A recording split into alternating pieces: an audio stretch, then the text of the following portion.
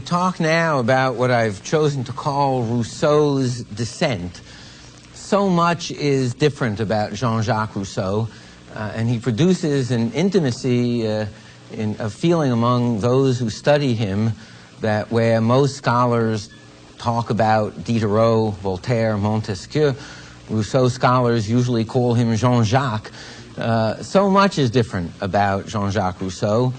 He is from an artisanal background. He is self-educated. He comes from Protestant Geneva rather than from Catholic France. And he is in many ways a solitary man in an age of great sociability. He is a fervent deist, but even there, Rousseau strikes a somewhat dissonant chord. When he writes about deism, he addresses the reality of the atheists of the French Enlightenment, and he loathes them and believes that they are not in good faith. He offers proofs of God that are not always dissimilar from those of other deists, but he argues that to prove God requires good faith as well, and an act of the heart, of feeling as well. That it is possible to look at the world of order and out of pride and vanity generate some hypothetical speculation on the basis of which one argues that one need not infer the existence of an omnipotent and omniscient and benevolent God, but that those who are sincere of heart and who are in good faith in their natural inquiries will reach a deistic conclusion. He believes that most of the philosophers of the Enlightenment by whom he is surrounded are more eager to pursue reputation and fame than to pursue honest truth. And he also expresses in many of his writings that reason can be the enemy of truth when it is not tamed by conscience and by the heart, and that reason can be the enemy of virtue, merely analyzing for us the easiest ways to satisfy our self-love at the expense of others, rather than harnessed to the heart and to conscience to seek the general good of all. But Rousseau's explosion onto the intellectual scene of Europe in the mid-18th century occurs in his discourse on the arts and sciences, generally referred to as Rousseau's first discourse, which is published in 1749.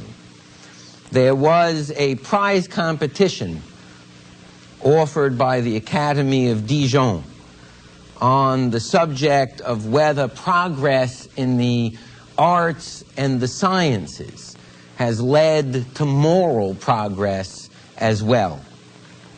Almost all Enlightenment philosophers would have stressed that indeed progress in the arts and sciences has not only led to, but has been an essential condition of moral progress in Europe.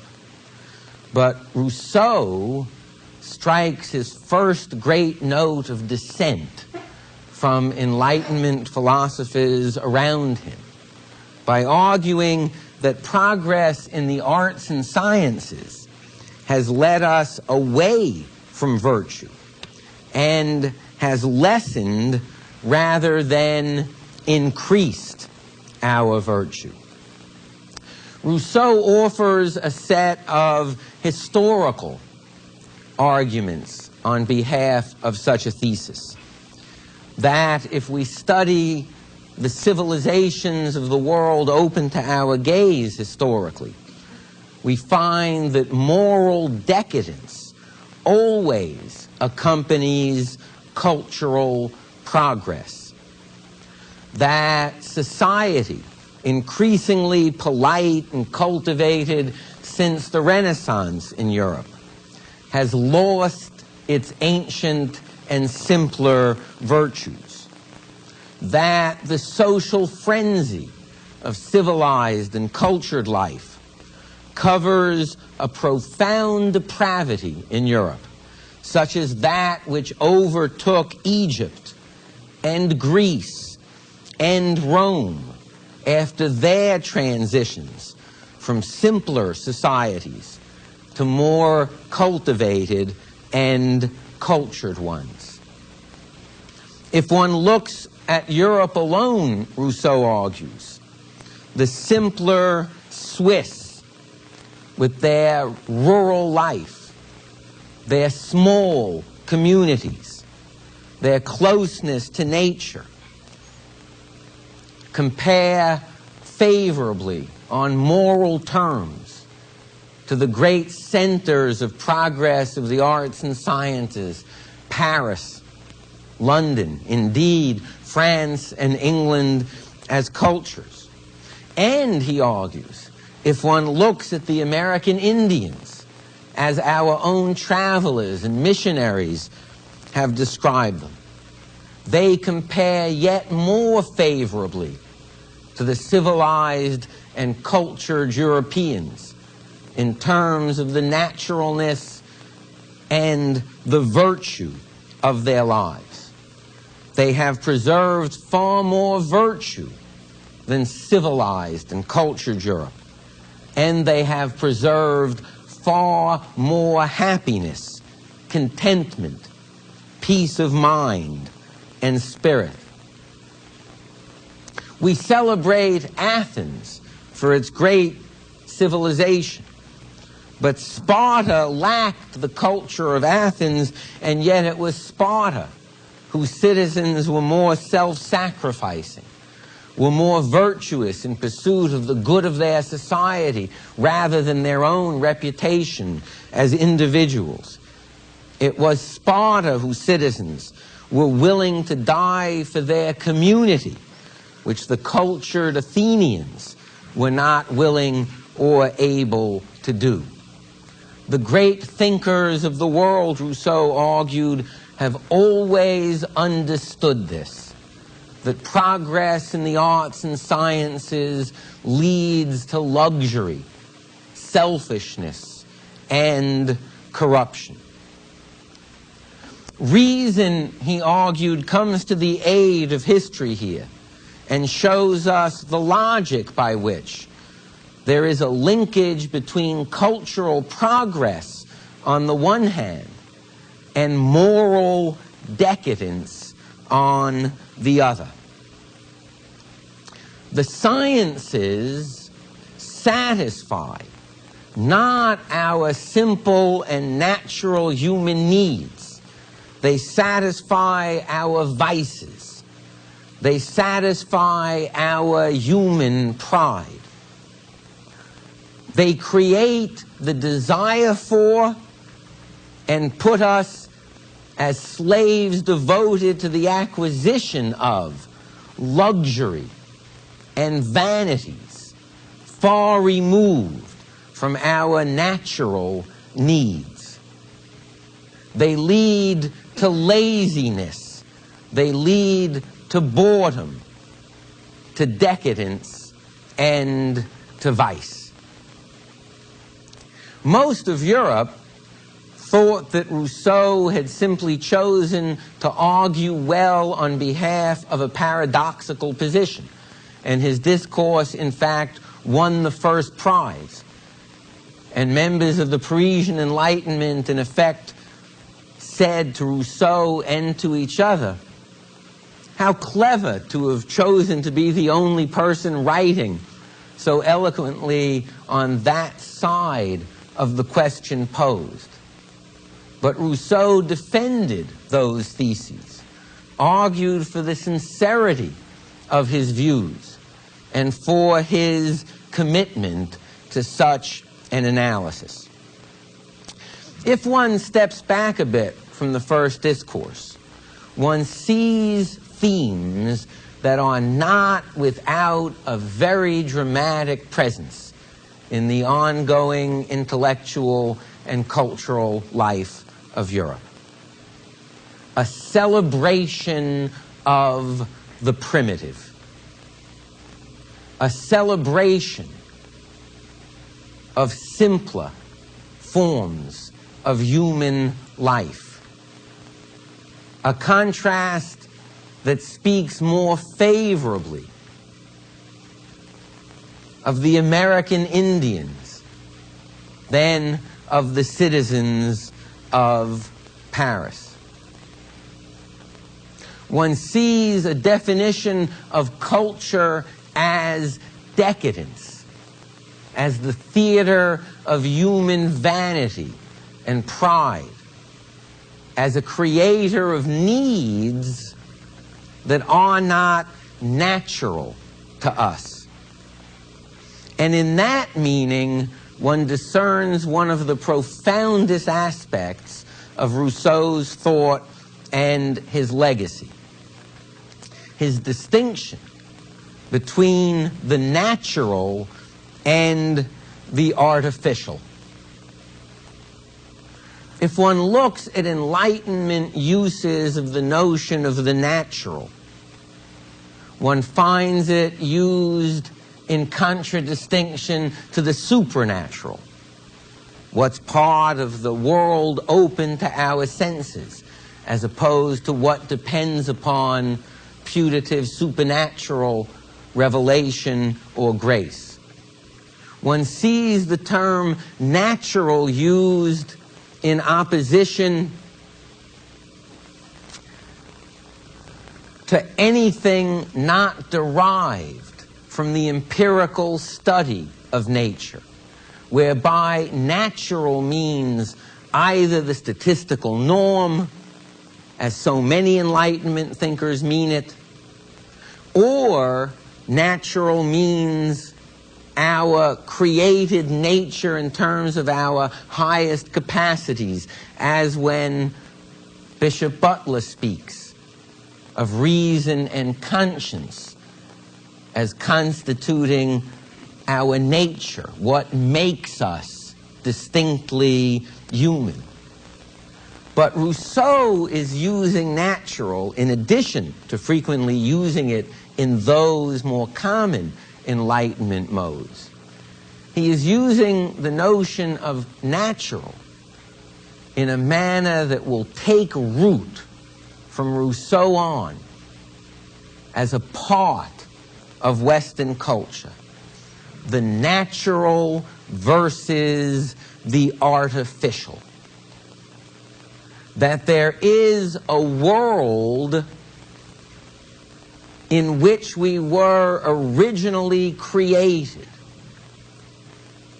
in which we function as we were intended to function, in which we are truly human, but then there is a social and cultural world of our own human creation that distracts us from the natural, that removes us from the natural, that causes us to lead artificial as opposed to natural lives. That will be a deep theme available to Western critics of culture and civilization, of societies, of the work of our own arbitrary cultural creation, as opposed to God's own original and natural creation, in which we have placed ourselves to our loss. In 1755, Rousseau writes a work that equally explodes upon the consciousness of Europe. It is his discourse on the origins of inequality, generally referred to as Rousseau's second discourse. The question put for the essay competition, and this one he did not win, was, is the inequality that we observe among human beings natural? Is it something that relates to, that follows from our human nature? And Rousseau answers dramatically in the negative. He asks us to think back, eliminating all things that stem from society, culture, civilization, and think on humanity. 4. Complex society, civilization, culture began. He offers a poetically lyrical picture of primitive humanity. Such beings were vigorous. They were naturally healthy. They were morally sound, governed by self-love toward the satisfaction of their own basic biological needs, and creatures of compassion who no doubt would have helped each other, seeing one of their own kind in distress. Such primitive beings lived only according to natural instinct, without the torment of the social passions, without fear of death and the future occasioned by developed intellectual life.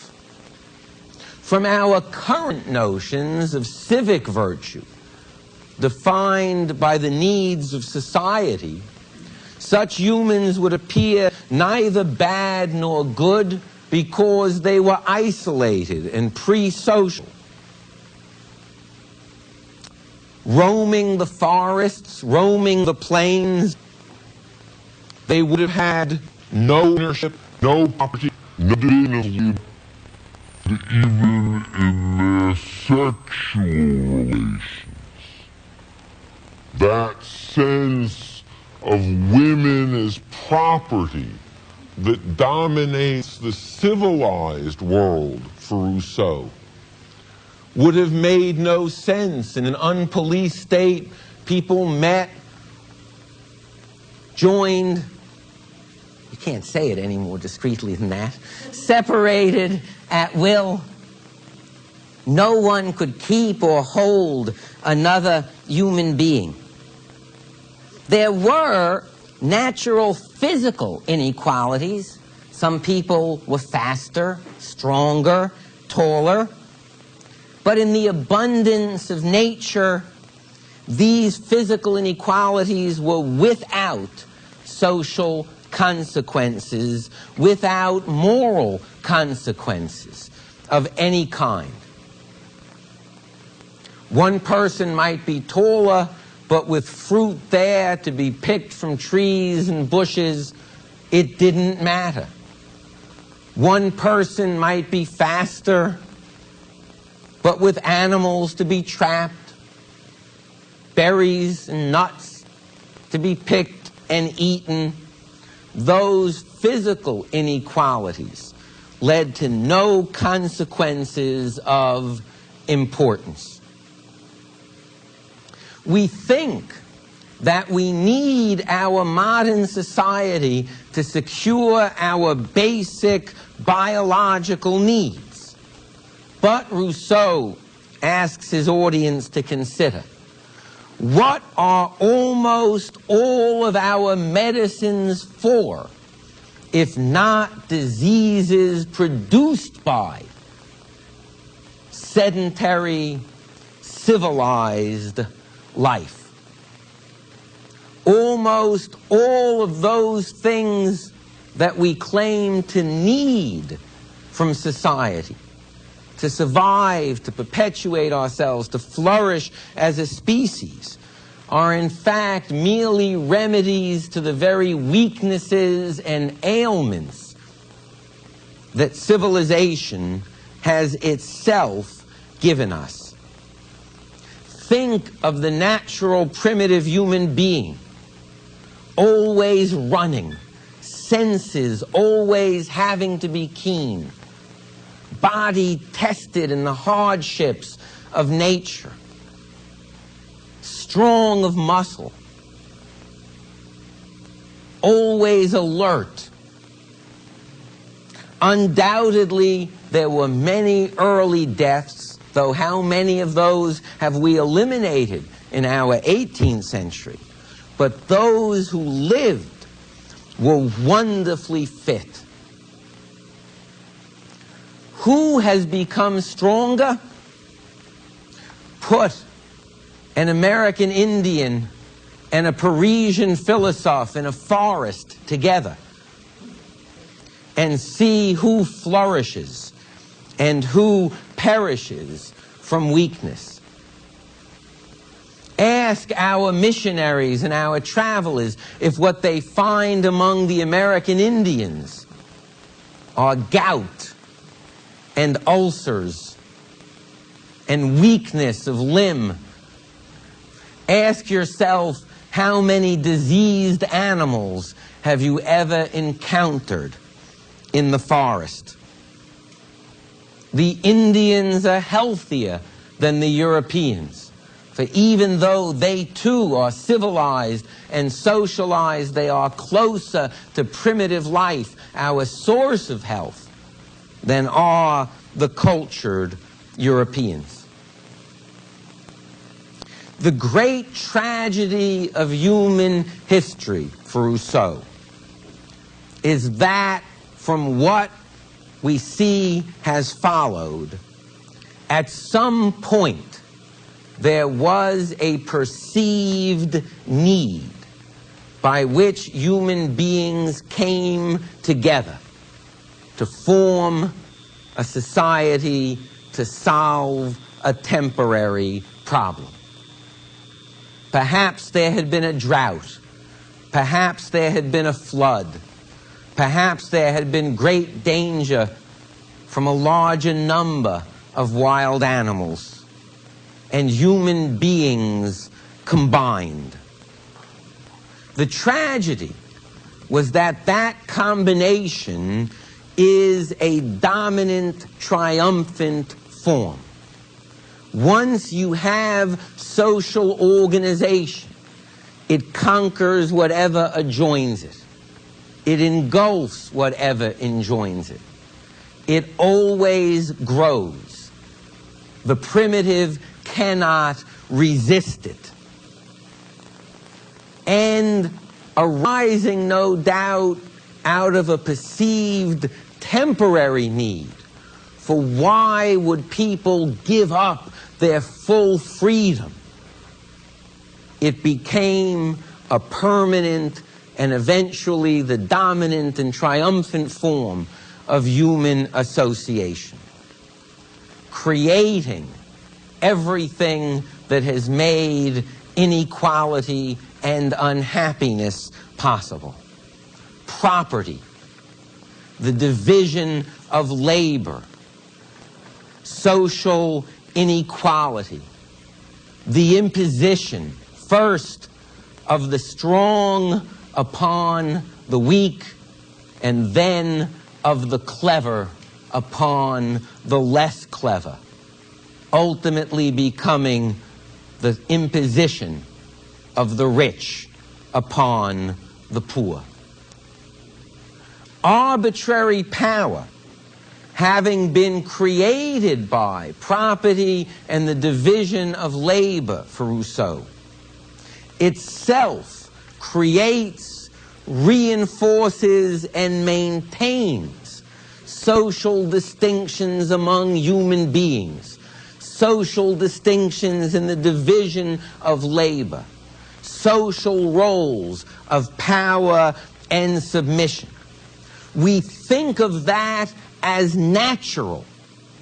We think of that as given by the creation and our very nature, but it is wholly a creation of culture. It is wholly a creation of our own socialization as civilized beings, of what God created to be a naturally free and equal set of individual creatures.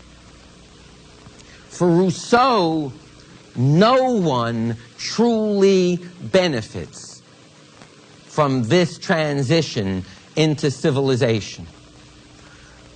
Both the master and those who are dependent are slaves to their roles, to the insecurities of their roles. Both are victims denied a natural happiness by the demands and the conventions and the anxieties of an artificial society.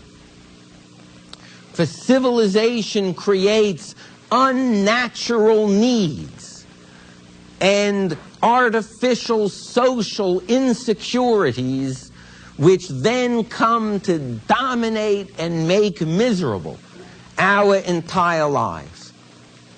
Look at 4 essential aspects of human existence. We need food. In the primitive setting, one's senses are alert. One hunts, one catches, one eats, one is satisfied. In the social setting, one obsesses on the nature of one's table, the appearance of one's food, the plate on which it is served. Does one have servants to offer it? These, not the natural human experience of satisfying hunger, become the social passion around a basic need. In a natural setting, one seeks shelter from cold or rain or temporarily inclement weather. A cave, a lean-to, and then one moves on satisfied.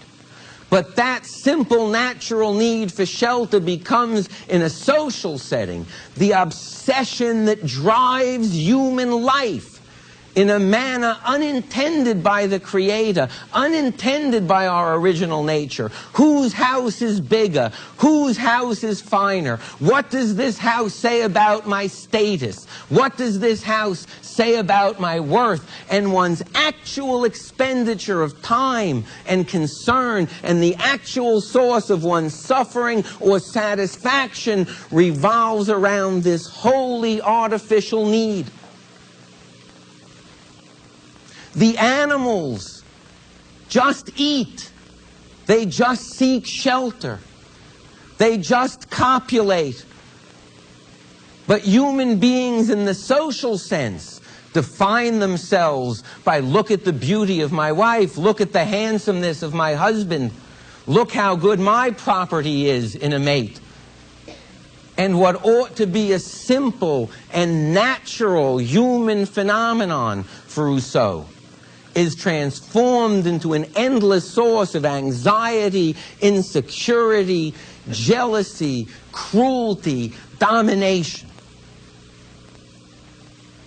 A primitive needed clothes in certain occasions of inclement weather. An animal hide would do.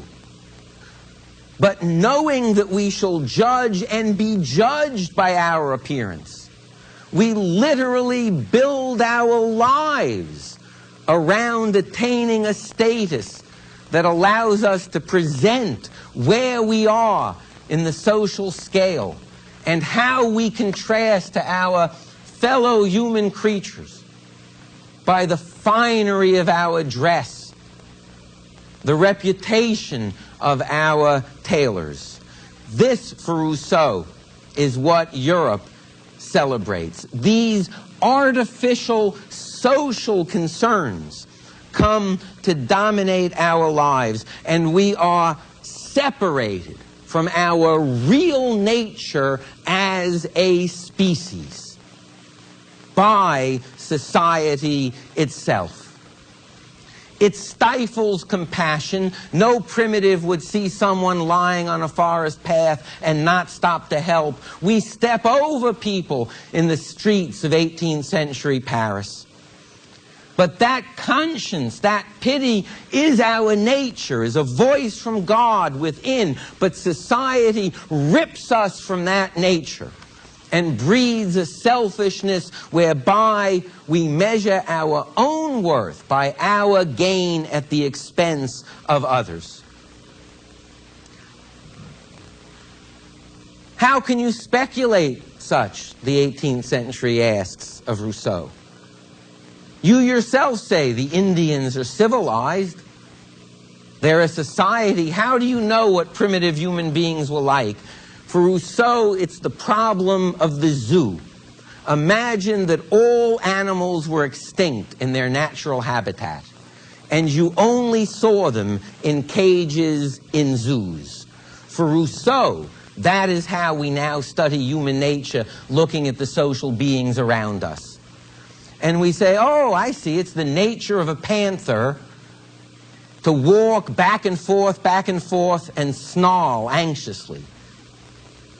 Oh, I see, it's the nature of a tiger to sleep all day and to eat what is served by those on whom it depends.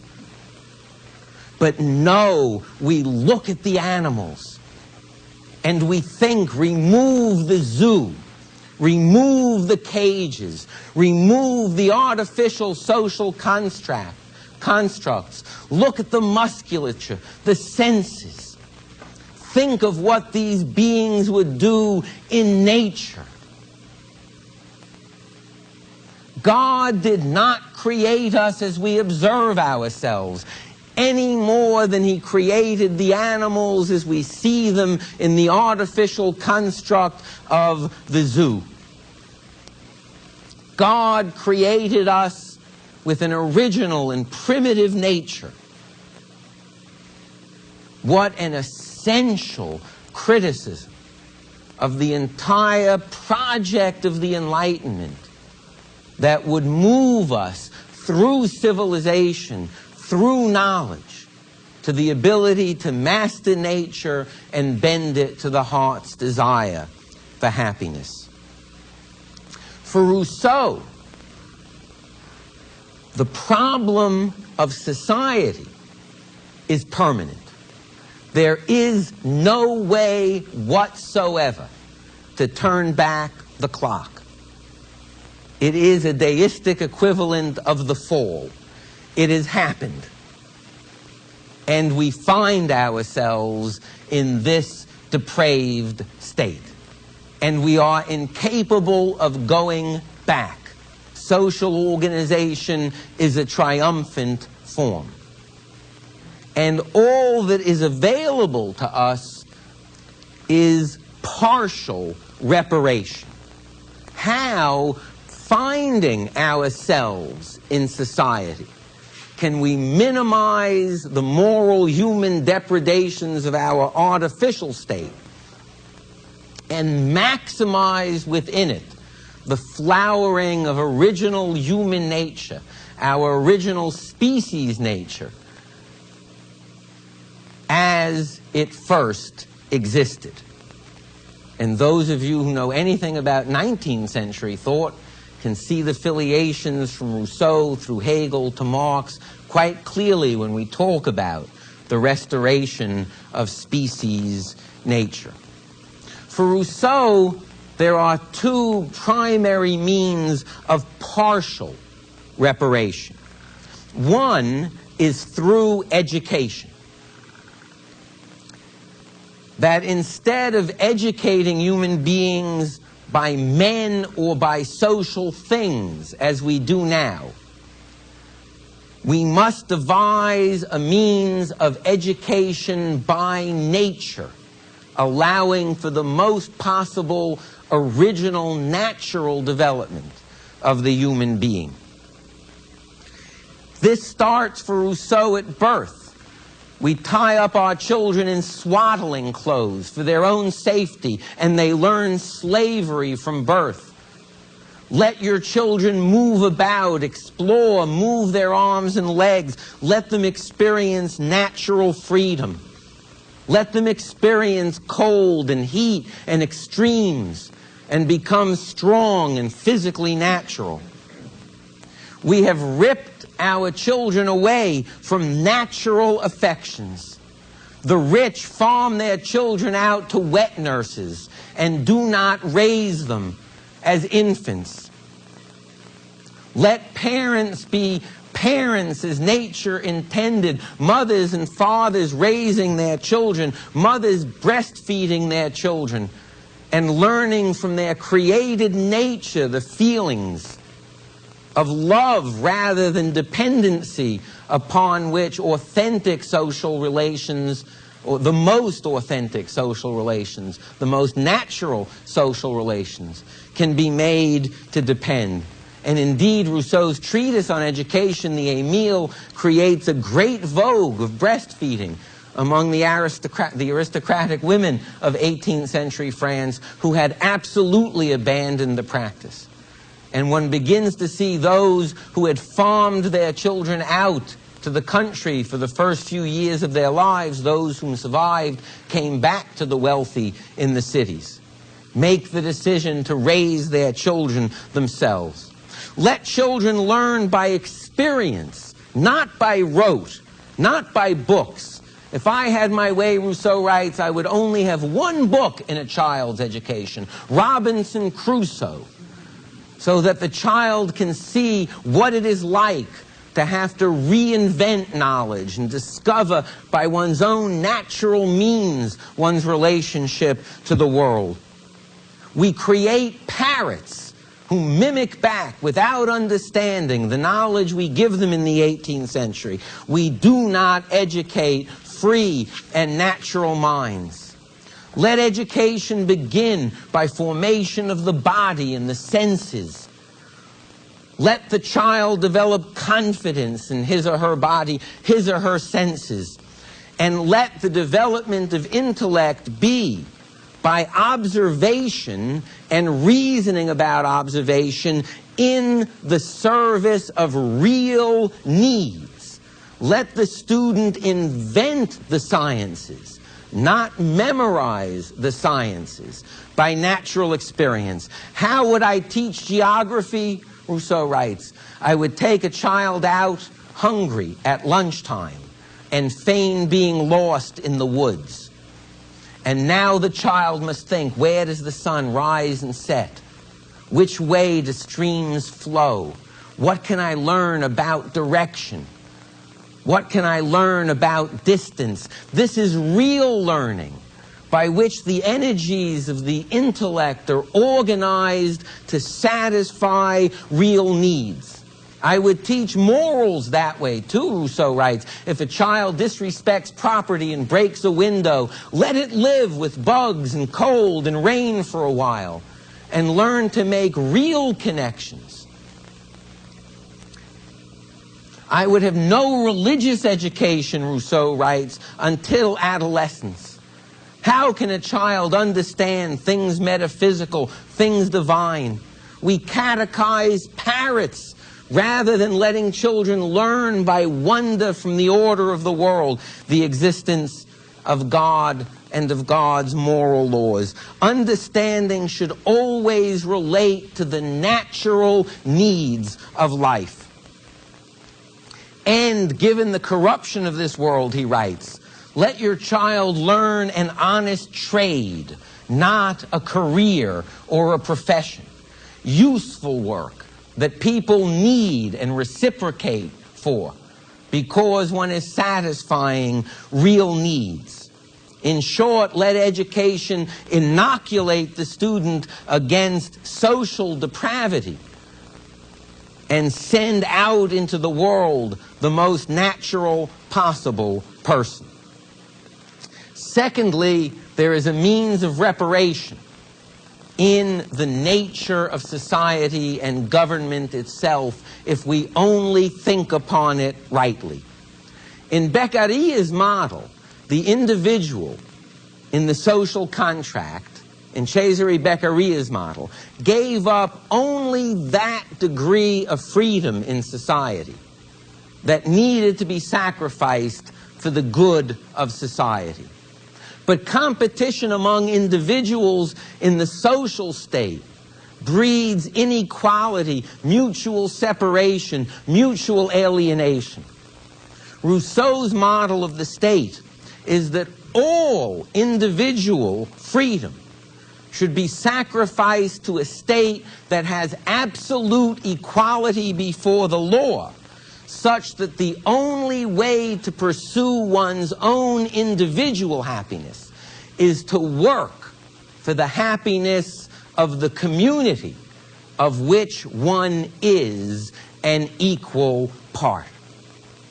It is almost like the model of a corporation. If you want to flourish as a shareholder, the corporation as a whole must flourish. And if you use a position for your own profit, not for that of the larger corporation, you have violated your obligation of faith, your fiduciary obligation to the larger entity. If one creates a state and government whereby one's own self-interest can only be pursued by pursuing the well-being of all others, of the larger community, then society, the source of our depravity, becomes a means of overcoming that depravity and allowing moral beings to exist in a civilized society. You're a member of a community, and the question is put, do we pave Main Street? You have two different ways of being human. You can say, is it in my personal self-interest that Main Street be paved? Or you can ask, is it for the good of my community and neighbors?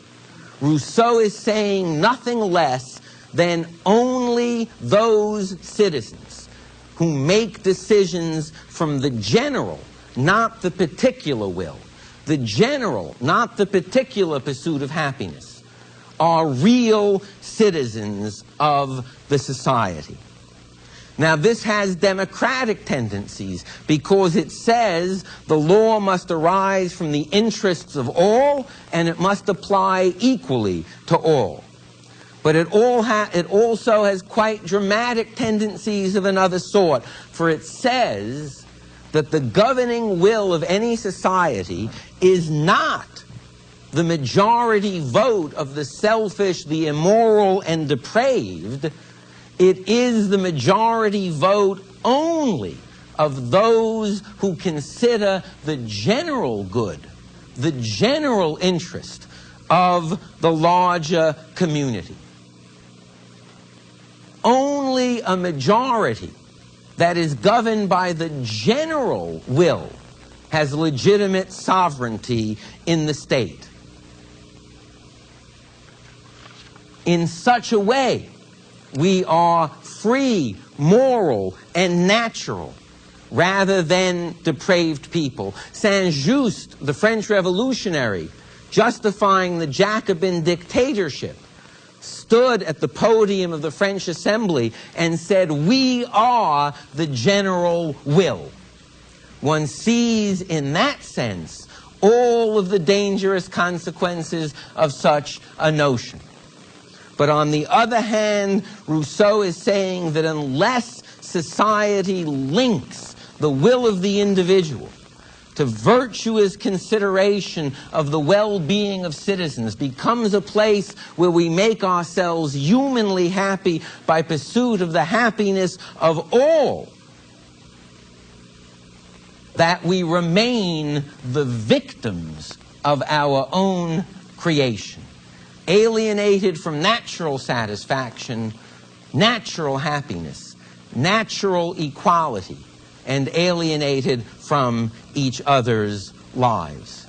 There will always be that Rousseauist element to a counter-culture throughout European and Western history, and it makes him one of the most dramatic voices of that movement we call the French Enlightenment. Thank you.